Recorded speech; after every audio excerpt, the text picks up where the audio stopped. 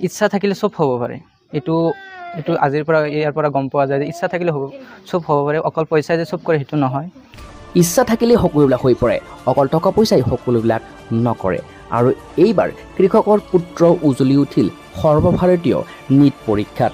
সৰ্বভাৰতীয় নীট পৰীক্ষাত সৰ্বমুঠ 554 নম্বৰ লাভ কৰিবৰ কাৰণে সক্ষম হয় ছানিদুল ইছলামে। আৰু ছানিদুল ইছলামৰ পিতৃ খেতিয়ক, আৰু সেইবাবেই গোটেই অঞ্চলজুৰি এতিয়া এক আনন্দৰ উল্লাস বৈছে আৰু সকলোৱে প্ৰশংসাৰে উপচাই পেলাইছে ছানিদুল ইছলামক।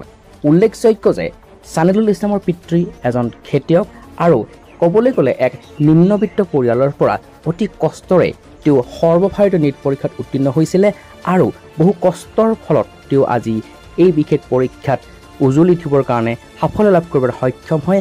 আৰু ছানিদুল ইছলামৰ ঘৰ হৈছে বঙাইগাঁও জিলাৰ এখন ভিতৰুৱা গাঁও, যিখন গাঁৱৰ নাম হৈছে গোলাপাৰা।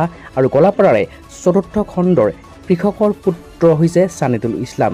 আৰু তেওঁৰ এই সাফল্যত গোটেই অঞ্চলজুৰি এক আনন্দৰ উল্লাস বৈছে। আৰু সদ্যঘোষিত যি সৰ্বভাৰতীয় নীট পৰীক্ষাত উজ্জ্বলি উঠিলে বঙাইগাঁও জিলাৰ একেবাৰে ভিতৰুৱা অঞ্চল গোলাপাৰা ৪ৰ্থ খণ্ডৰ ছানিদুল ইছলাম।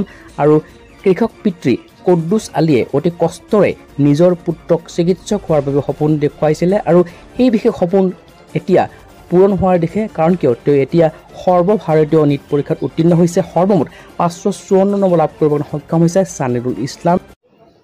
প্ৰথমতে কথা হ'ল কি, আচলতে যি কিছু হয় ওপৰত আল্লাহৰ ওপৰত ভৰসা ৰাখি আমি আৰু আমাৰ যিবিলাক গাৰ্জেন আছে, আমি আমাৰ ৱাইফ, মোৰ ডাঙৰ ল'ৰা, আমি তাহাঁতক বহুত পঢ়াৰ কাৰণে বহুত হেল্প কৰিছোঁ। সিও মনোযোগেৰে পঢ়িছে।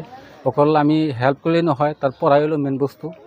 আৰু আমাৰ নিচিনা যিগিলা গাঁৱত গাৰ্জেন আছে, পেৰেণ্টছ আছে, তাহাঁতেও ল'ৰা ছোৱালীগালে অলপ চেষ্টা কৰিলে কিজানি ল'ৰা ছোৱালী অলপ আগবাঢ়ি যাব পাৰিব।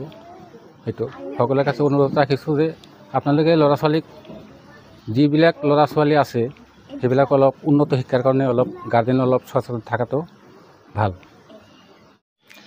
মোৰ নাম ছানিদুল ইছলাম আৰু মোৰ গাঁৱৰ নাম হৈছে গোলাপাৰা ৪ৰ্থ খণ্ড। আৰু আজি যোৱাকালি মোৰ দিছে, নীটৰ ৰিজাল্টটো দিছে, বহুত ভাল লাগিছে। আৰু কষ্ট কৰিব লাগিছে আৰু ইয়াৰ কাৰণে বহুত কষ্ট হৈছে। 2 বছৰ মই কৰিছোঁ, ফাৰ্ষ্ট এটেম্পত নহ'ল, তেতিয়া বেয়া লাগছিলে। আৰু মানে ঘৰৰ পৰিৱেশটো তেনেকুৱা নহয় যে পূৰা লেভেলৰ, তো অলপ ভাল লাগিছে। আৰু মোৰ মাক দেউতাকে বহুত সহায় কৰিছে আৰু দাদাটো, ডাঙৰ দাদা বহুত হেল্প কৰিছে, তো বহুত ভাল লাগিছে। আৰু মানে কি এনেকুৱা এটা ঘৰৰ পৰা এনেকুৱা এটা লেভেলৰ পঢ়াৰ সুবিধা পোৱাটো বহুত, মানে গাৰ্জেনে যদি নুবুজে তো নহয়, মানে তেনেকুৱা গাৰ্জেন মই পাইছোঁ, বহুত ভাল লাগিছে। আৰু ইচ্ছা থাকিলে চব হ'ব পাৰে। এইটো আজিৰ পৰা ইয়াৰ পৰা গম পোৱা যায় যে ইচ্ছা থাকিলে চব হ'ব পাৰে। অকল পইচাই যে চব কৰে সেইটো নহয়, ইচ্ছা কৰিলে চব হ'ব পাৰে। সাফল্যত চবৰে মই সমানে দিম, কাৰণ টিচাৰ প্লাছ মোৰ পেৰেণ্টছ, মোৰ দাদা আছে, তো চবৰে সমানে আছে, সমানে দিব লাগিব। কাৰণ ছাৰো বহুত সময় মানে ৰাতি দিনে চবেই গাইড কৰিছে, মোৰ টিচাৰবিলাকেও গাইড কৰিছে, আৰু দাদা বাইদেউতো আছেই। অনুভৱটো খুবেই সুন্দৰ।